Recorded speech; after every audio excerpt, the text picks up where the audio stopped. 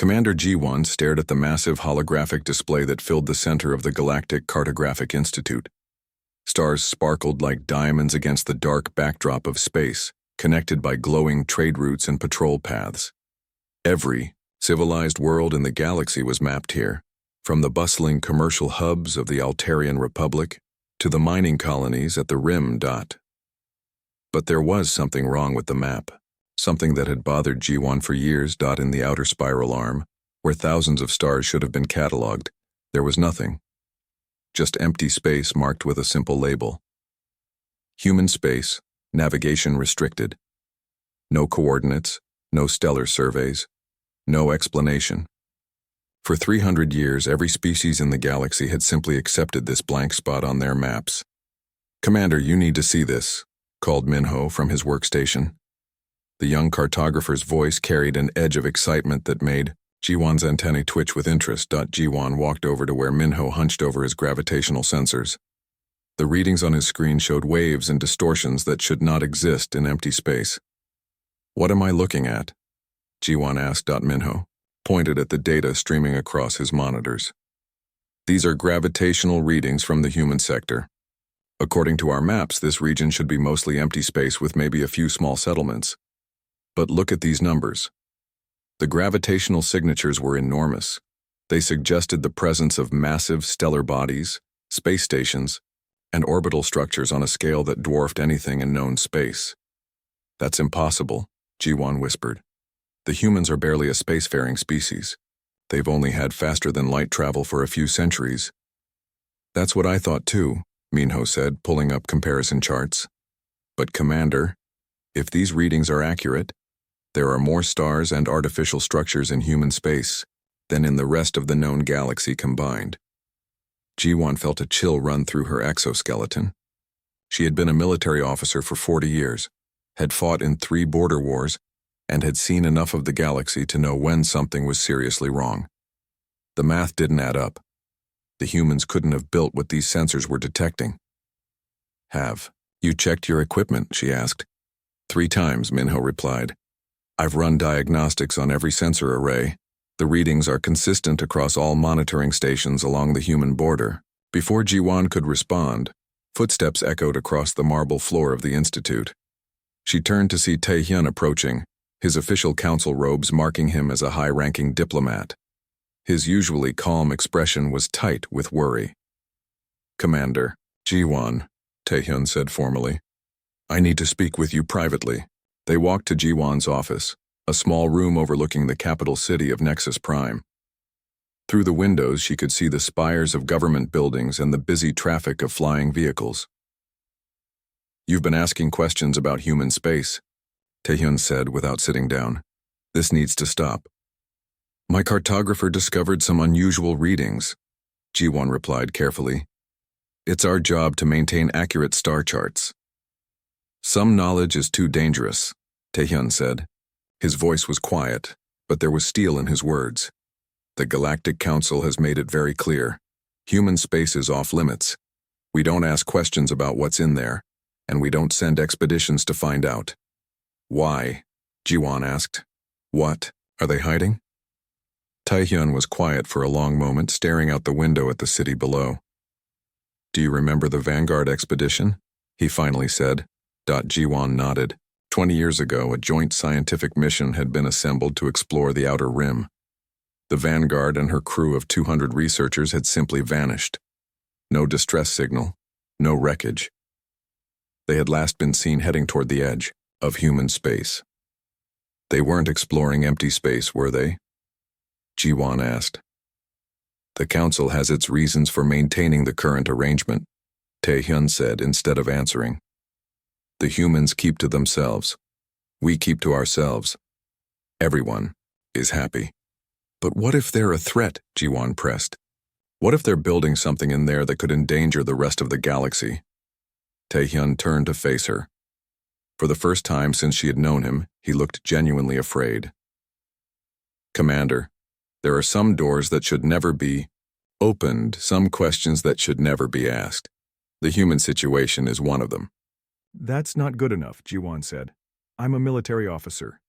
It's my duty to assess potential threats to galactic security.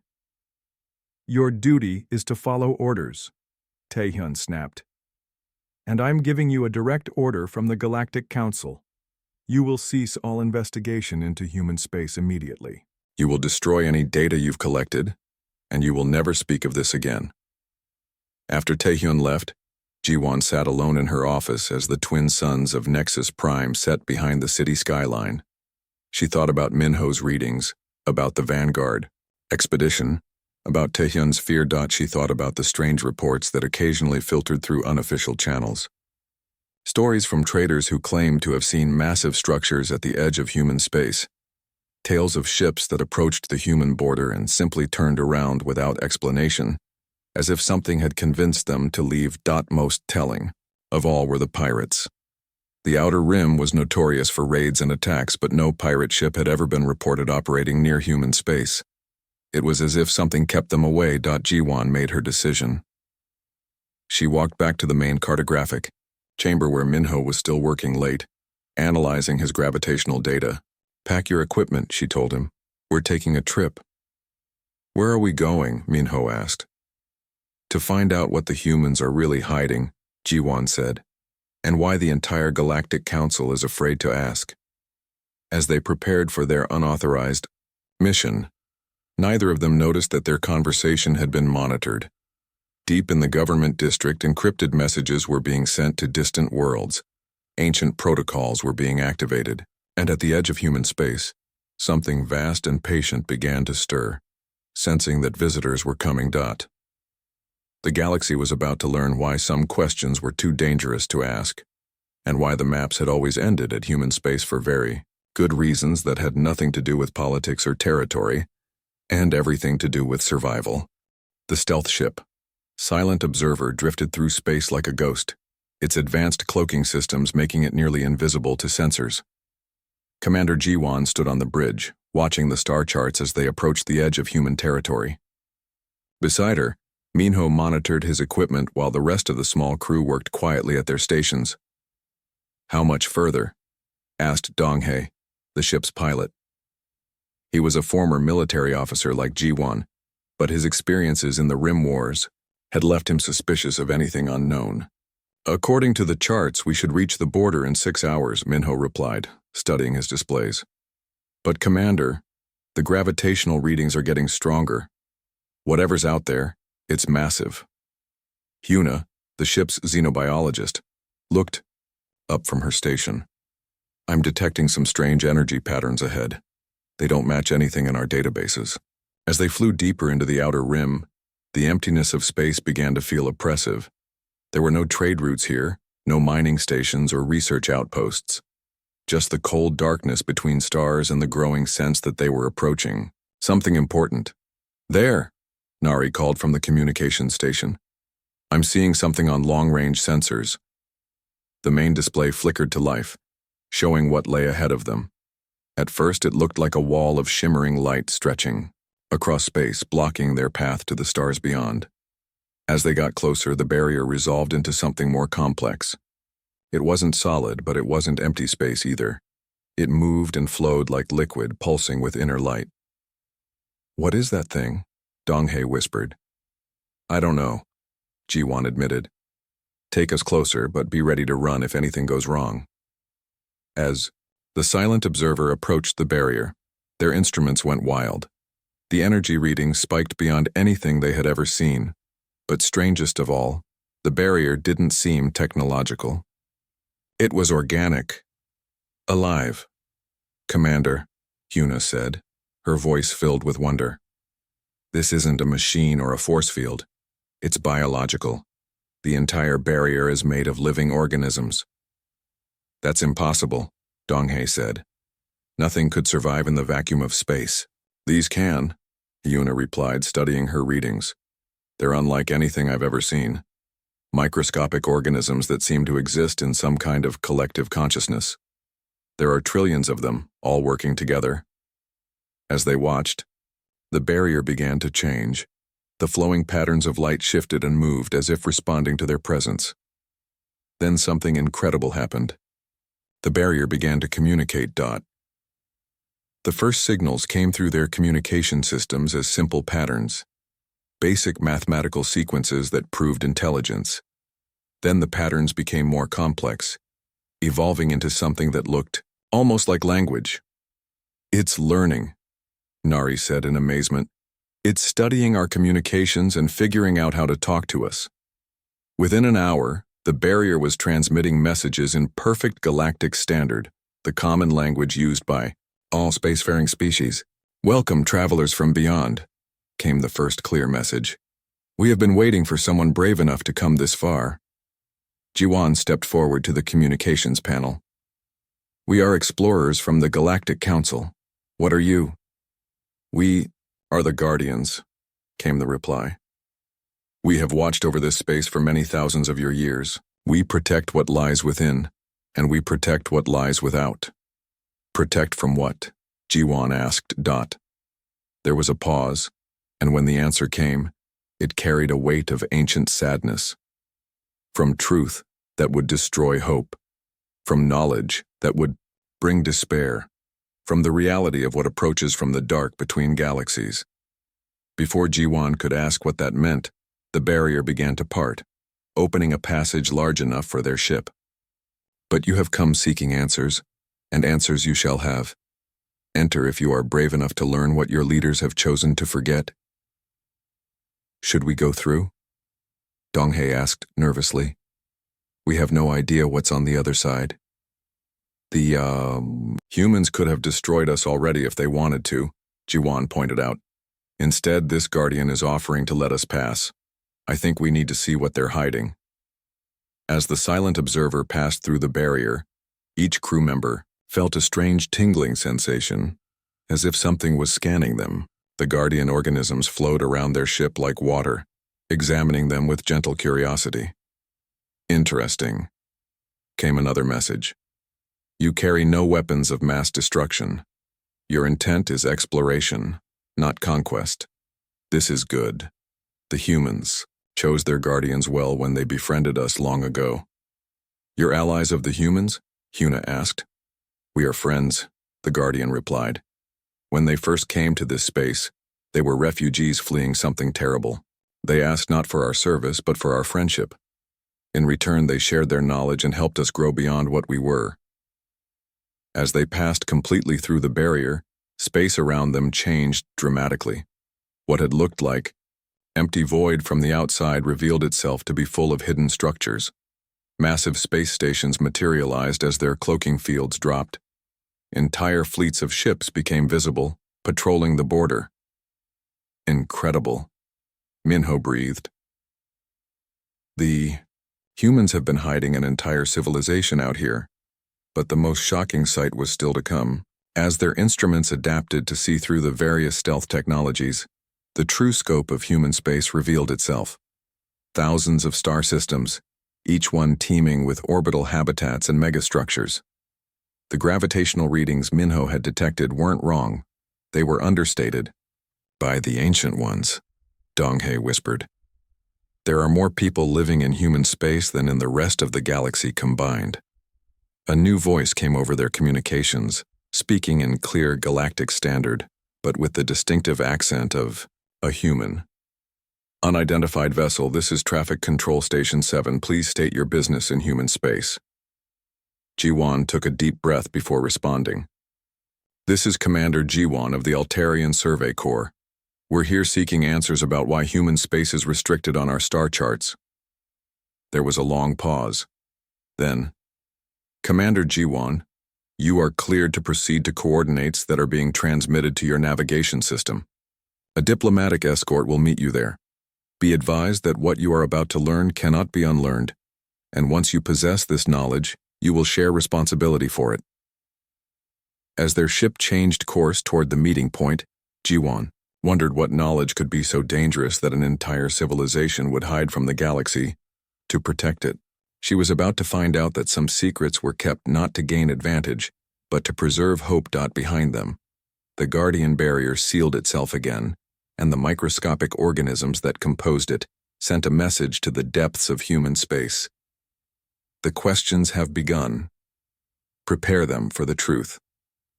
The human diplomatic station was unlike anything Ji-won had ever seen. It hung in space like a crystal flower, its transparent walls revealing gardens and waterfalls inside. As the silent observer docked, the crew could see humans moving through the corridors with a grace that seemed impossible in artificial gravity. "Welcome to Haven Station," said the human who greeted them at the airlock. He appeared to be middle-aged with silver hair and kind eyes, but something about his presence suggested great age. "I am Seojun, diplomatic liaison for the human collective. We have been expecting you." "Expecting us?" Ji-won asked as they followed Seojun through corridors filled with plants and flowing water. "The Guardians told us you were coming," Seojun explained. "They said you were asking the right questions. It has been a long time since anyone from outside was curious enough to look beyond our borders." They entered a large room with windows that showed the incredible vista of human space. Massive ring-shaped habitats surrounded nearby stars, each one home to millions of people. Ships moved between them in orderly patterns, some so large they looked like floating cities. "This is impossible," Minho whispered. "According to our records, humans only achieved spaceflight 300 years ago. It would take thousands of years to build all this." Seojun smiled sadly. "Your records are incomplete. We allowed them to be incomplete.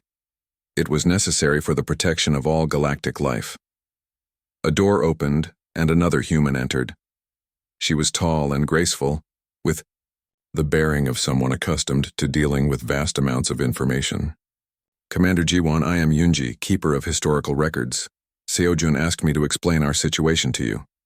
"Please," Ji-won said. "We need to understand what's really going on here." Yoonji gestured to chairs arranged around a holographic display. As they sat, she activated the projector, showing an image of the galaxy as they knew it. "This is your understanding of galactic history. Civilizations rise and fall. Species evolve and spread among the stars, and life continues in an endless cycle of growth and progress." The image changed, zooming out to show not just their galaxy, but dozens of others scattered across the cosmic void. Many of them were dark, lifeless. "This is the truth," Yoonji continued. "Galactic civilization is not a continuous process. It happens in cycles. Life evolves, spreads, builds great works, and then—" The display showed a wave of darkness sweeping across one of the galaxies, extinguishing every point of light. "Then comes the harvest." "The harvest?" Hyuna asked. "An ancient intelligence," Yoonji explained. "We don't know where it came from originally, but it moves from galaxy to galaxy, consuming everything. Not just planets or resources, but entire civilizations, all their knowledge, all their potential. It leaves nothing behind but empty space." Nari leaned forward. "How do you know all this?" "Because we survived the last one," Seojun said quietly. "Humanity is not native to this galaxy, Commander Ji-won. We are refugees from the previous cycle of galactic civilization. We escaped the harvest of our home galaxy and fled here to warn and prepare for its return." The holographic display changed, again, showing ancient star charts and records of a civilization far more advanced than anything in the current galaxy. Cities that spanned entire solar systems. Technology that could reshape matter at the atomic level. Art and science beyond imagination. "Your people built all that?" Donghae asked in wonder. "Our people and dozens of other species," Yoonji replied. "The previous galactic civilization lasted for millions of years. But when the harvest came, all of that was destroyed in less than a century. Only a few refugee ships escaped, carrying survivors to seed new galaxies." "But why hide?" Ji-won asked. "Why not warn the current galactic civilizations? Why not help them prepare?" The display showed images of panic, wars, civilizations destroying themselves in fear. "We tried that in other galaxies," Seojun explained. "When refugee fleets arrived, with warnings of the harvest, the young civilizations reacted with terror. Some attacked us, believing we were the threat. Others destroyed themselves rather than face the possibility of extinction. In every case, the advance warning caused more harm than good. So you decided to prepare in secret, Jiwan said, understanding. The harvest operates on a predictable cycle, Yunji said. Every few million years it completes its consumption of one galaxy and moves to the next. We calculated that it would reach this galaxy in approximately 3,000 years from the time we arrived. That gave us time to prepare. The holographic display showed the incredible scope of human preparation. Hidden shipyards in empty space, weapons platforms disguised as asteroids, entire star systems converted into fortress worlds. We have spent 3 millennia preparing for a war that the rest of the galaxy doesn't even know is coming, Seojin said. Every human world is a military base. Every civilian is a trained soldier. Every city is a weapons platform ready to deploy at a moment's notice. And the other species? Jiwan asked. What happens to them when the harvest arrives? Wusung, a human military advisor who had been silent until now, spoke up. That depends on them. If they're willing to fight, we'll teach them how. If they're not, we'll try to evacuate as many as possible to ships that can escape to other galaxies. But you don't think we can win? Jiwan said, reading the expressions on their faces. The harvest has consumed thousands of galaxies, Yunji said. Each time it learns and adapts. The machines that destroyed our home galaxy were already nearly invincible. By now, they will be even stronger. Then why fight at all? Minho asked. Because running away doesn't solve the problem, Seojin replied. The harvest will eventually consume every galaxy in the universe, unless someone finds a way to stop it. We've had 3,000 years to study the enemy, to understand how it operates, and to develop weapons that might actually hurt it. The display showed technical schematics for devices that seemed to bend the laws of physics, weapons that could collapse stars, defenses that could hide entire solar systems, and at the center of it all, something vast and complex that pulsed with contained energy. What is that? Ayuna asked, pointing at the central structure. The humans exchanged glances. Finally, Seojin spoke. That is the Omega device. If our calculations are correct, it can destroy the harvest completely, not just drive it away, but end it forever. That's wonderful, Nari exclaimed. Then you can save everyone. The device requires enormous power, Wusung said grimly. To generate that power, we would have to sacrifice human space itself. Every star, every world, every structure we've built would be consumed to fuel the weapon. Jiwan felt a chill of understanding. You're planning to destroy yourselves to save the rest of the galaxy. If necessary, Seojin confirmed. But we hope it won't come to that. If the other galactic species are willing to stand and fight alongside us, we might find another way. Together we might be strong enough to power the weapon without completely destroying human space. How long do we have? Jiwan asked.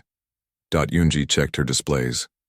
Our deep space monitors detected the first scout ships of the Harvest Fleet 6 months ago. The main force will arrive within 2 years.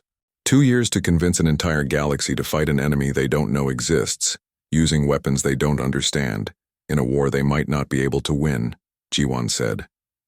Yes, Seojin replied, and we're hoping you'll help us do it. As Jiwan looked around at her crew, she saw the weight of impossible knowledge settling on their faces. They had come looking for answers about human space and found themselves responsible for the survival of all galactic life. The question now was whether they were brave enough to carry that burden, and whether the galaxy was strong enough to bear the truth. The human deep space monitoring station floated at the very edge of the galaxy. Its sensors pointed into the dark void between star clusters.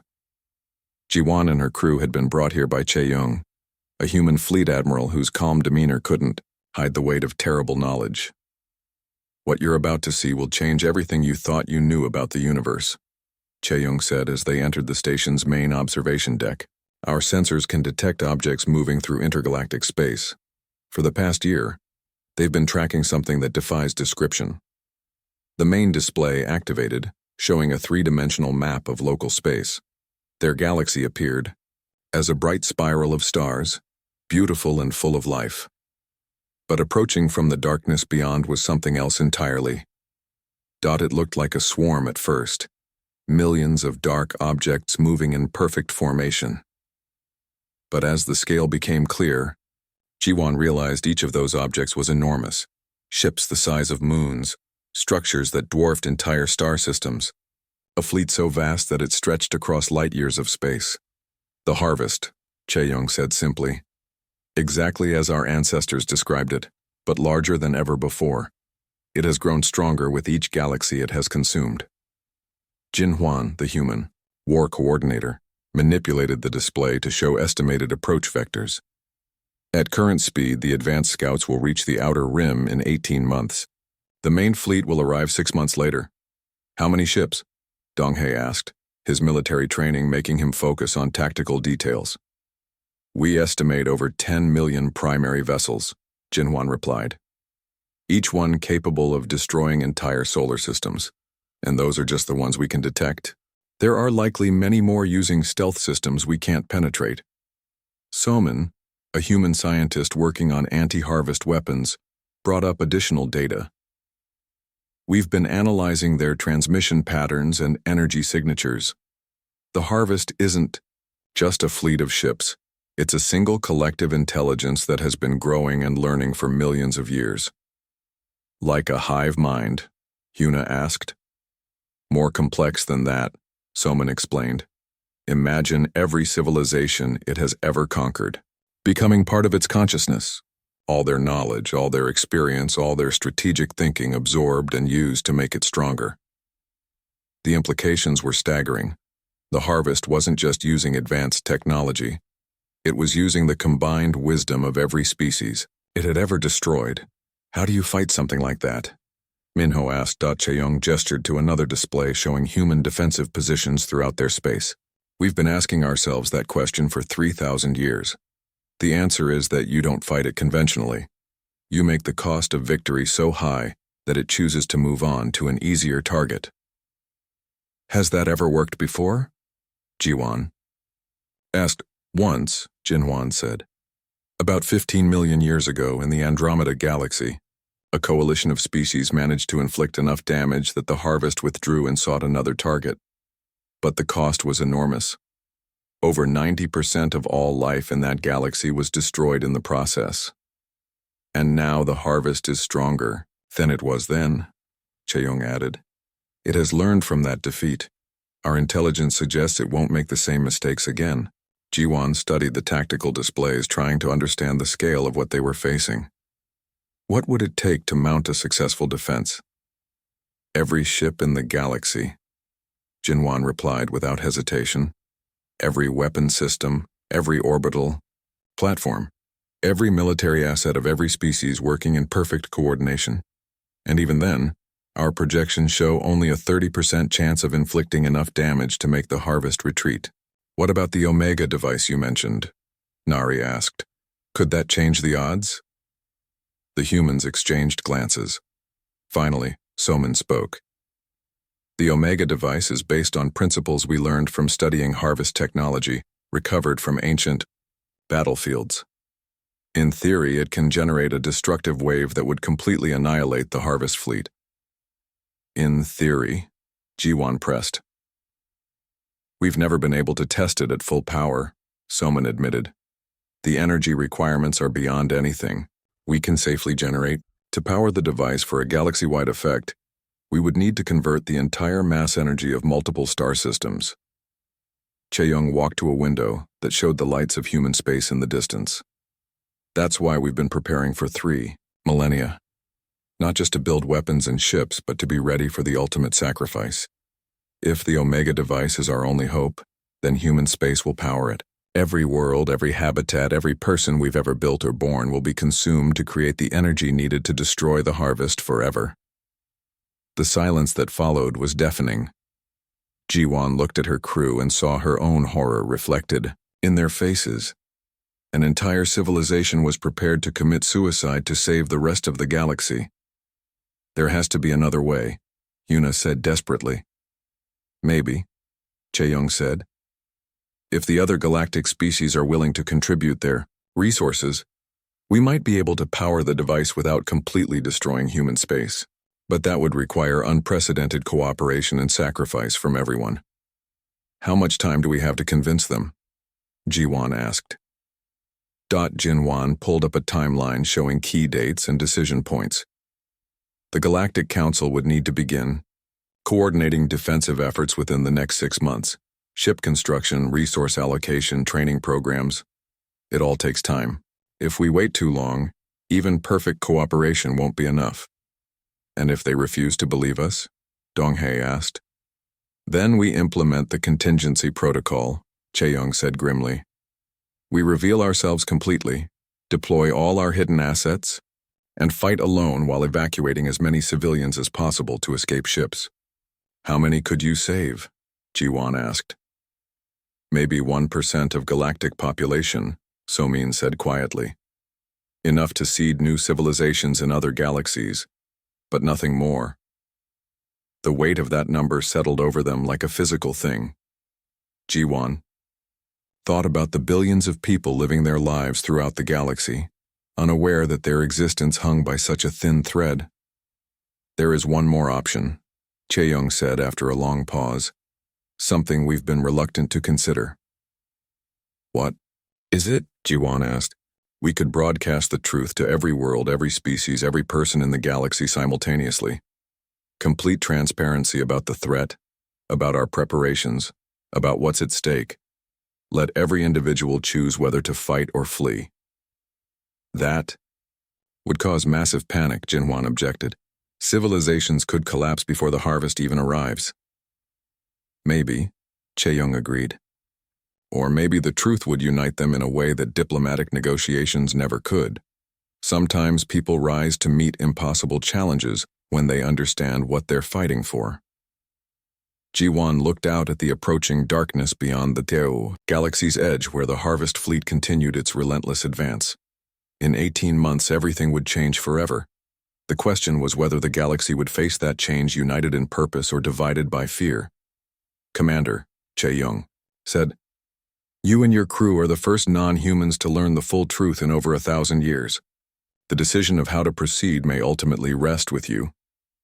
As Jiwan considered the terrible weight of that responsibility, alarms suddenly began sounding throughout the station. Somin rushed to her instruments, her face pale with shock. What is it? Chaeyoung demanded. The harvest fleet, Somin said, her voice barely above a whisper. It's accelerating. They'll be here in 12 months, not 18. The time for decisions had just been cut in half. And the fate of the galaxy now hung on what choice a single Altarian commander would make in the next few hours. Commander Jiwan stood alone in the communications center of the monitoring station, her finger hovering over the transmission controls. The weight of the entire galaxy's future pressed down on her shoulders. In front of her was a recording device that could broadcast simultaneously to every inhabited world, every space station, every ship in known space. You don't have to do this alone, Chaeyoung said softly from behind her. We can make the announcement ourselves. No, Jiwan replied. It should come from someone outside human space, someone with no agenda except the truth. She took a deep breath and activated the recording system. Citizens of the galaxy, she began, her voice steady despite her racing heart. My name is Commander Jiwan of the Altarian Survey Corps. What I'm about to tell you will sound impossible, but every word is true. In 12 months, our galaxy will be invaded by an enemy that has destroyed thousands of other galaxies across cosmic time. For 20 minutes, Jiwan laid out everything they had learned, the true nature of human space, the history of the harvest, the approaching fleet that would consume every world unless they united to stop it. When she finished, she activated the broadcast system and sent the message to every communications relay in the galaxy. The response was immediate and chaotic. Within hours, government emergency sessions were being called on every major world. Military fleets were mobilizing. Some species panicked and began evacuating their populations to the outer rim. Others demanded proof of the extraordinary claims. But something unexpected happened as well. As the initial shock wore off, the galaxy began to respond with a unity that surprised even the humans. The Altarian Republic immediately offered their entire fleet for joint operations. The Crystalline Collective opened their advanced shipyards to produce new weapons. Even traditional enemies began setting aside old conflicts to face the greater threat. 3 days after the broadcast, representatives from 47 species gathered at Haven Station for an emergency council. Kyung-min, speaking for humanity, stood before the assembled delegates and revealed the final piece of their preparation. The Omega device is not just a weapon, he explained, using holographic displays to show the massive construction hidden in the depths of human space. It is a transformation engine. When activated, it will convert matter directly into energy on an unprecedented scale, creating a destructive wave that will annihilate the Harvest fleet completely. "What do you need from us?" asked the Altarian representative. "Time," Kyung-min replied. "The device takes 72 hours to charge to full power. The Harvest will not give us that time willingly. We need the combined fleets of every species to hold the line while the weapon charges."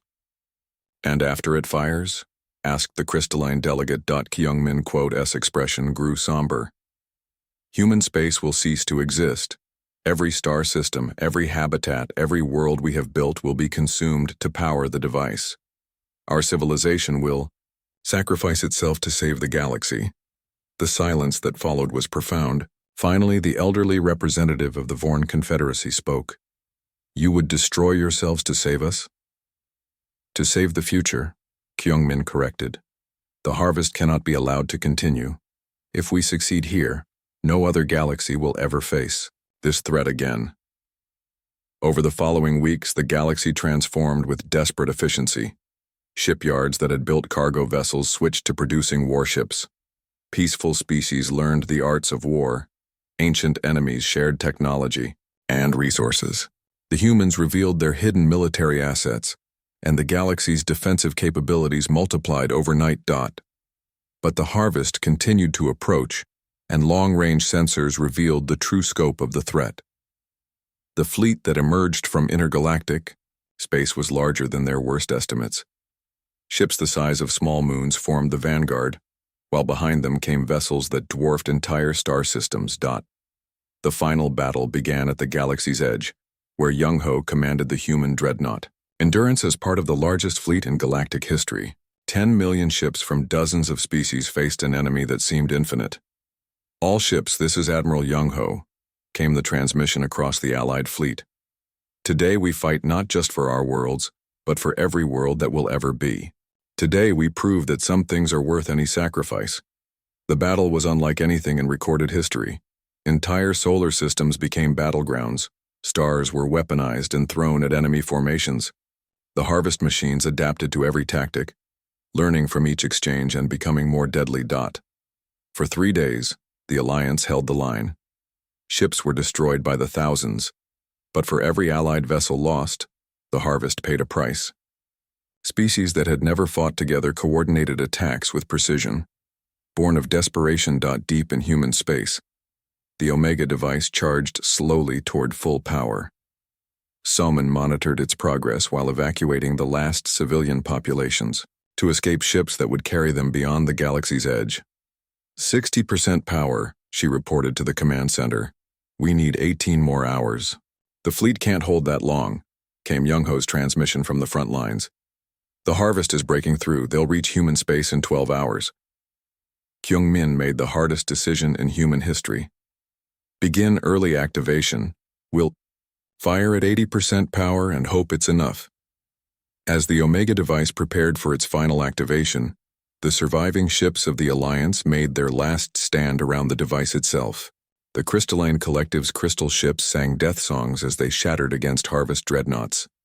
Altarian fighters dove into the hearts of enemy vessels in suicide runs that carved precious minutes from the countdown. "This is Jiwan," came a transmission from the silent observer as it led a desperate charge against a Harvest command ship. "Remember what we fought for. Remember what we saved." The Omega device fired at exactly 83% power. The wave of pure annihilation that erupted from human space expanded outward at the speed of light, consuming everything in its path. Harvest ships that had seemed invincible simply ceased to exist as the wave touched them. Human space vanished. In an instant, every star going nova simultaneously as their mass energy fed the weapon. The explosion was visible from neighboring galaxies, a brief new star that burned brighter than entire galactic clusters. When the light faded, the harvest was gone. Completely. The ancient intelligence that had consumed thousands of galaxies across millions of years had been erased from existence. But so had humanity as a galactic civilization. Only one human survived the weapon's activation. Ji-Yan, a young engineer who had volunteered to remain behind and monitor the device, found herself alone on an escape pod at the galaxy's edge. The automated systems had ejected her at the last moment, carrying her beyond the weapon's effect. She was found 3 days later by an Altarian rescue ship, the last living human in the galaxy. As she looked back toward where human space had been, she saw only empty darkness scattered with the expanding debris clouds that had once been thousands of worlds. Was it worth it?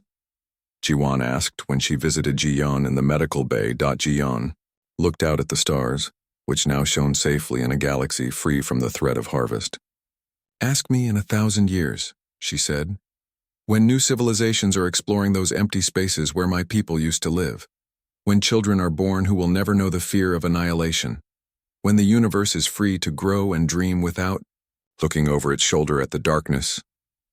The galaxy mourned the loss of humanity while celebrating their salvation. Memorial stations were built at the edge of what had been human space.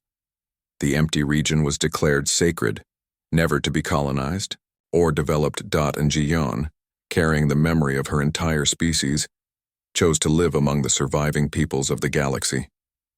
She became a teacher and a guardian of human history, ensuring that their sacrifice would never be forgotten. The galactic maps were redrawn once more. Where human space had once been marked as restricted territory, new words appeared. Here stood humanity. They chose the future over themselves. Let all who follow remember their gift. The stars shone brighter in a galaxy that had learned the true meaning of courage, and the universe was free to dream of tomorrows that no ancient darkness would ever threaten again.